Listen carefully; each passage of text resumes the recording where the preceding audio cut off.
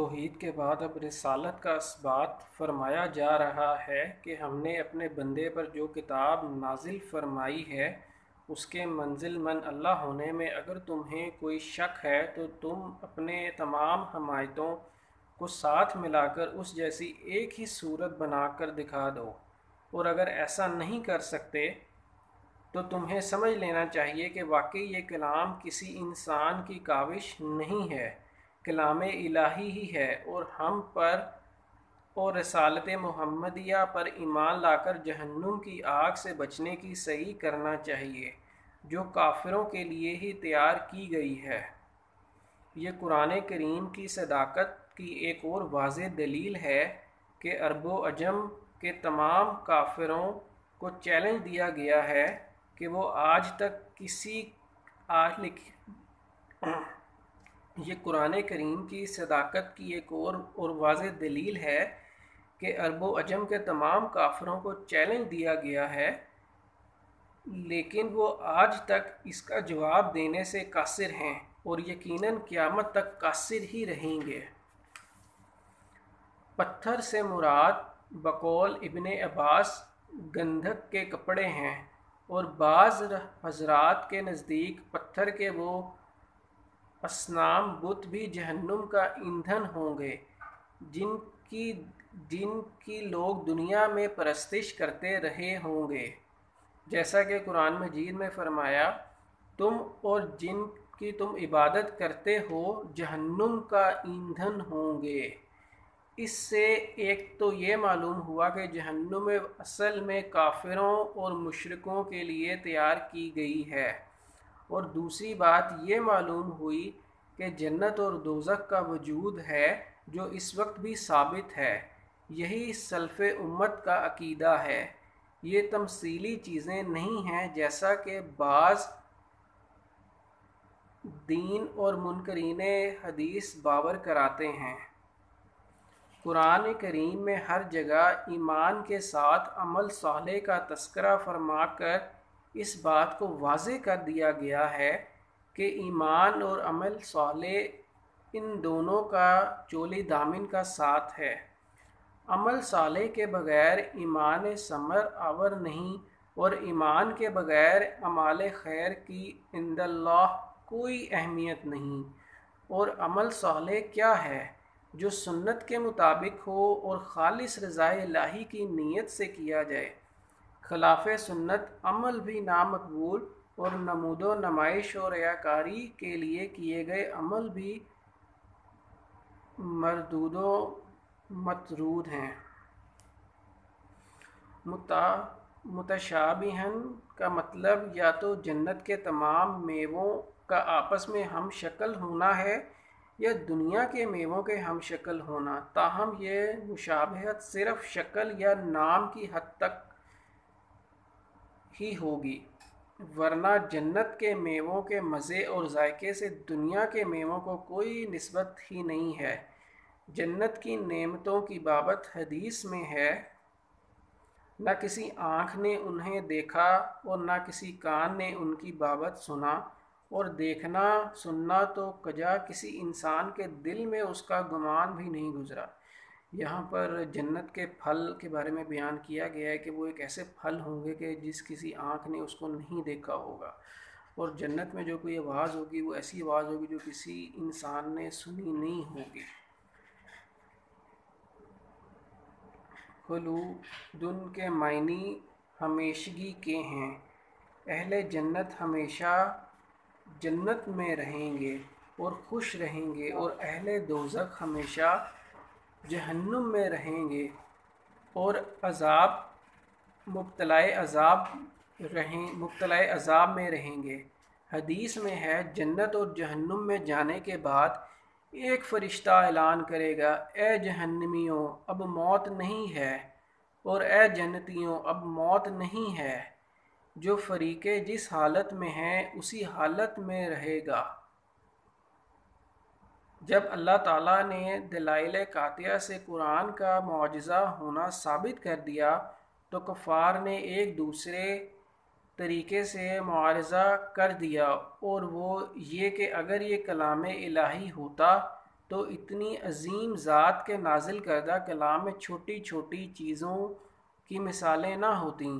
اللہ تعالیٰ نے اس کے جواب میں فرمایا کہ بات کی توضیح اور کسی حکمت بالغہ کے پیش نظر تمثیلات کے بیان کرنے میں کوئی حرج نہیں، اس لیے اس میں حیا و حجاب بھی نہیں۔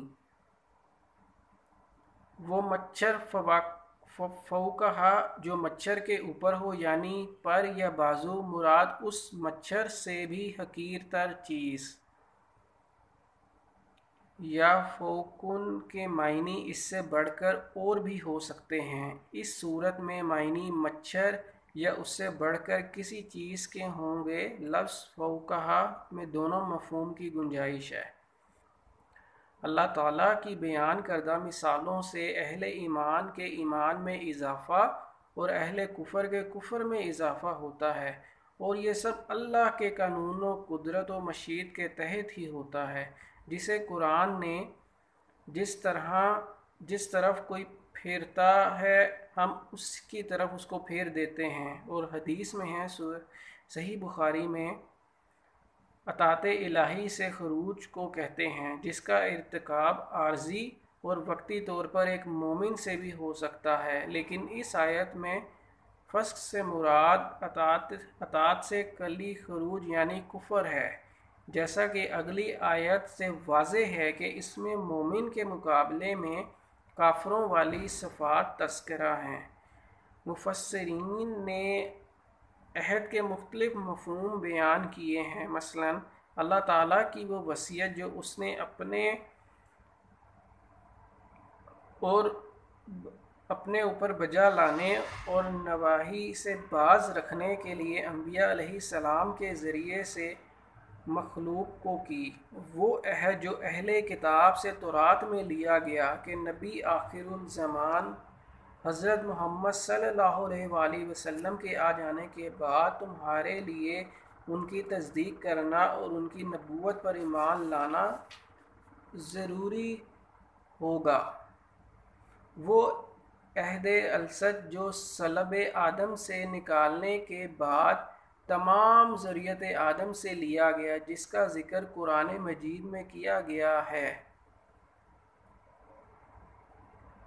ظاہر بات ہے کہ نقصان اللہ کی نافرمانی کرنے والوں کو ہی ہوگا، اللہ کا یا اس کے پیغمبروں اور داعیوں کا کچھ نہ بگڑے گا۔ آیت میں دو موتوں اور دو زندگیوں کا تذکرہ ہے۔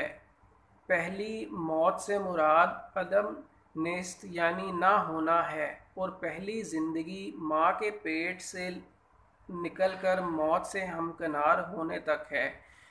پھر موت آ جائے اور پھر آخرت کی زندگی دوسری زندگی ہوگی، جس کا انکار کفار اور منکرین قیامت کرتے ہیں۔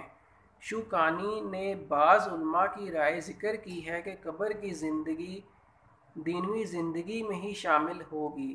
صحیح یہ ہے کہ برزخ کی زندگی حیات آخرت کا پیش خیمہ اور اس کا سرنامہ ہے، اس لیے اس کا تعلق آخرت کی زندگی ہے۔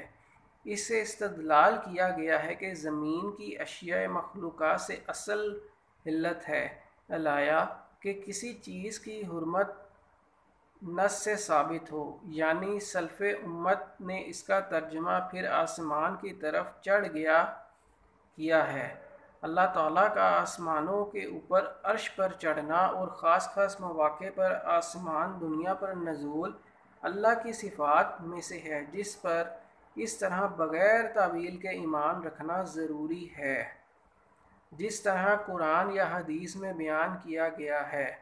اس سے ایک تو یہ معلوم ہوا کہ آسمان ایک حسی وجود اور حقیقت ہے، محض بلندی کو سما سے تعبیر نہیں کیا گیا۔ دوسری بات یہ معلوم ہوئی کہ ان کی تعداد 7 ہے، مطلب آسمان کی تعداد بتائی گئی ہے کہ جو ہمارے اوپر آسمان ہے ان کی تعداد جو ہے وہ 7 ہے، اور حدیث کے مطابق 2 آسمانوں کے درمیان 500 سال کی مسافت ہے، اور زمین کی بابت قرآن کریم میں ہے، اور زمین بھی آسمان کی مثل ہیں۔ اس سے زمین کی تعداد بھی 7 ہی معلوم ہوتی ہے، جس کی مزید تائید حدیث نبوی سے ہو جاتی ہے۔ صحیح بخاری کی حدیث ہے، جس نے ظلماً کسی کی ایک بالش زمین لے لی تو اللہ تعالیٰ اسے قیامت کے دن 7 زمینوں کا طوق پہنائے گا۔